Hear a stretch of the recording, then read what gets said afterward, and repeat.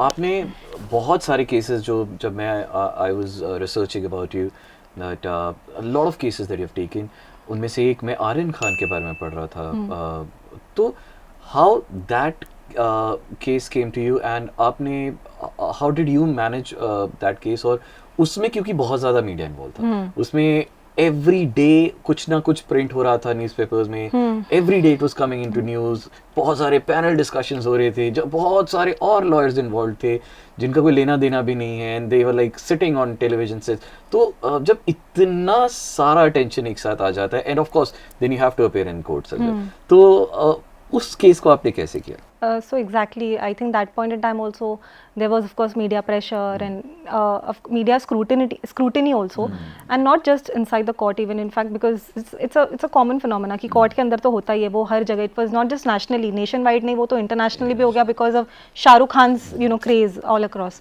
तो वो पर इसके बाद भी I was thoroughly professional and I was very pragmatic about my approach towards the case because I was very confident about the facts and evidence. मैं ये pressure ये सब चीज़ें कभी कैरिड अवे नहीं होती. मुझे पता है कि ये सब चीज़ें तो होती है, दिस इज ट्रांजिएंट, वो आज है कल चली जाएगी जब केस का आउटकम बाहर आएगा, which has to be positive so far as my जो मैं अपने इंडिविजुअल कैपेसिटी में कर सकती हूँ.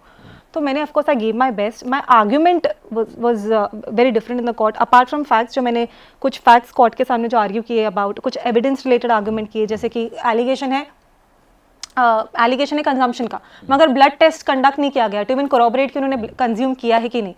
एलिगेशन है ये सब थे. क्रूज पे mere presence does not establish the fact that you can be a part of some syndicate, वो जो ऐसा syndicate बनाया जा रहा था, इंटरनेशनल ड्रग कार्टेल syndicate जिससे जुड़े हुए हैं. एंड प्लस कॉन्स्पिरेसी के लिए आपको प्रायर मीटिंग ऑफ माइंड्स दिखाना पड़ता है. आपको दिखाना पड़ेगा कि कैसे कंस्पायर हुए हैं, कैसे उनका एक कॉमन थ्रेड है. वो सब चीज़ जो है वो सारी चीज़ें एब्सेंट थी. तो इसको एक्सप्लेनेशन के बावजूद इसके अलावा फिर मैंने एक ह्यूमैनिटेरियन अप्रोच भी बहुत जो इंपॉर्टेंट था मेरे हिसाब से, मैंने रखा कि these are young people who are put behind the bars in the company of harden criminals like gangsters. ये सब जो अंदर है उनके साथ रह के अगर ये अभी फिलहाल आज कुछ नहीं किए, you put them inside from हुम देयर इज नो रिकवरी या small recovery of contraband like drugs. आप उनको इनके साथ रख दोगे तो वो नहीं भी होंगे तो वो कल को बन क्या निकलेंगे. तो इसको बहुत ज़्यादा समहाउ ये सारे लेजिस्लेशन वेलफेयर लेजिस्लेशन भी होता है ना, और हमें हमारे कोर्ट में और हमें कहीं ना कहीं age is a factor that has to be considered. And हमें रेस्टोरेटिव अप्रोच रखना भी बहुत ज़रूरी है, रिफॉर्मेटिव अप्रोच, ना ही कि सिर्फ रेट्रीब्यूटिव या प्यूनिटिव अप्रोच जहाँ पे आप किसी इंसान को इतना दर्द दो या इतना पनिशमेंट दो कि वो इंसान नहीं भी है तो क्रिमिनल बन जाए. तो वो सारी चीज़ों पे मैंने बहुत एम्फेसाइज किया. और फिर ऑफकोर्स मेरी सबसे फर्स्ट बेल हुई वो केस में, मेरे वजह से बाकी सबको भी बेल मिली है और बाद में मेरे क्लाइंट को क्लीन चिट भी मिली लेटर. मैंने इन्वेस्टिगेशन के फॉल्टी होने पर भी उस टाइम पे had shed light that point in time. And for like later on, coincidentally now Sameer Wankhede also is my client. He's my client, and I'm in good terms with him because I never questioned himself per se because he was the face of the investigation. See, not only one person is never involved in the investigation. वो face थे, पर उस time पे बहुत सारी चीज़ें involve होती है, इसलिए मैं हमेशा मैं उस टाइम पे प्रोसीजरल चीज़ों पे ज़्यादा जाती थी. आई नेवर अटैक्ड हिम पर से.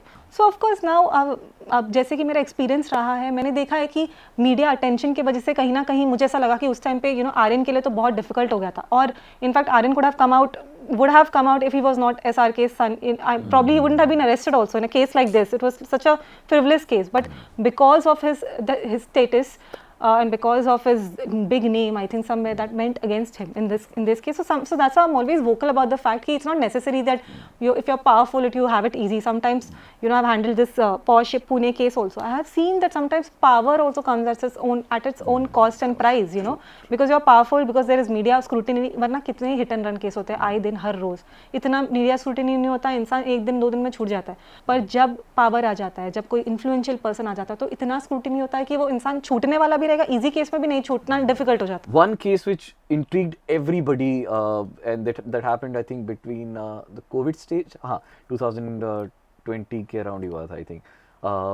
That was Sushant Singh murder case. So murder नहीं, I think suicide. Sushant Singh का जो suicide हुआ था. So उस चीज़ को लेके बहुत apprehensions थी, and also because वहाँ पूरा हिंदुस्तान उस वक्त घर पे ही बैठा हुआ था. So everybody was so stuck on the TV sets के and everybody had a different theory कि नहीं यार ये murder है, ये suicide नहीं है. So उस वक्त जब आप उस केस को मॉनिटर कर रही थी या देख रही थी, ऑब्जर्व कर रही थी, what was your view and now what is your view? See, I in fact I am already defending a co-accused in that case, जो है एक NRI है जिसमें मैं already I am defending, so I am well versed with the case very well. I am also part, I mean मैं already इस case में as a defence lawyer on the team हूँ। अच्छा। तो अगर आप देखो तो I been very pragmatic even back then, even now I know the intricacies, और जिस तरह से उसे you know it was blown out of proportion, because ultimately see अगर आप देखो अब तो इन्वेस्टिगेशन के बाद ये तो सामने आ ही रहा है that was a case of suicide, और वो ही वाज एन एडल्ट, पर फिर भी ऐसे एलिगेशंस थे कि उन्हें ये करा गया, उन पे इन्फ्लुएंस, पब्लिक इमोशन और ये रैम्पेज, ये सब चीज़ की एक लिमिट होनी चाहिए।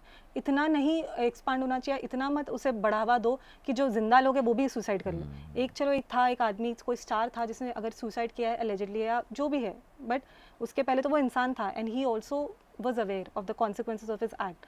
तो कहीं ना कहीं obviously my heart goes out to his family and all that, पर जिस तरह से मीडिया ने उसे सेंसेशनलाइज किया, जिस तरह से उसे बहुत ज़्यादा डर्टी बना दिया गया है, कहीं ना कहीं वो उसमें victim shaming, vilifying you know unnecessarily other people, बहुत सारे जो उससे एसोसिएटेड थे।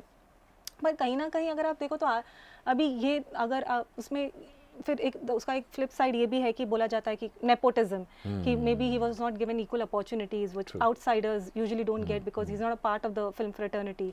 But that you know that being said, if you see he'd come really far regardless of that. I mean, despite of being an outsider also, he had got good opportunities in his career also and he was doing well, and उससे आप कभी ज़िंदगी में मायूस होकर अपनी life you can't give up on. तो इसीलिए these are all theories, nobody would know honestly what the exact truth and what the exact fact was because it's just gone with him honestly.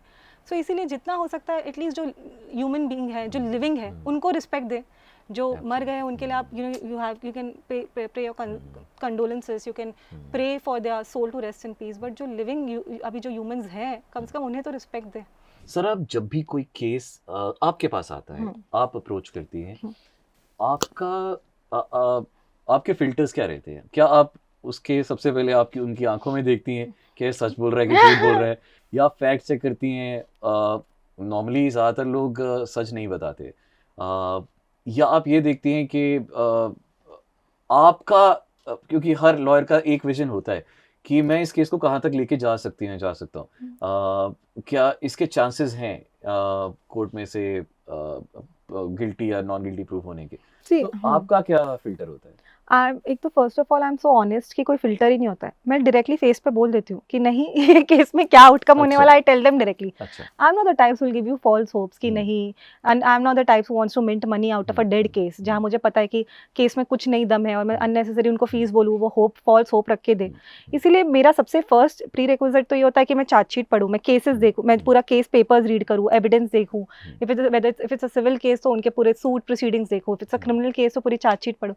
तो ये सब के basis पे ये सब देख के आई arrive at a logical conclusion. मैं 3,000 4,000 पेजेस की चार्जशीट भी 2 दिन में पढ़ लेती हूँ because I am so fond of reading. So that capability somehow gives me an impetus to figure out कि whether this person is worthy of my defense or not. And so I always say yes to a person basis the papers that I see, never their social status or their high profile nature honestly.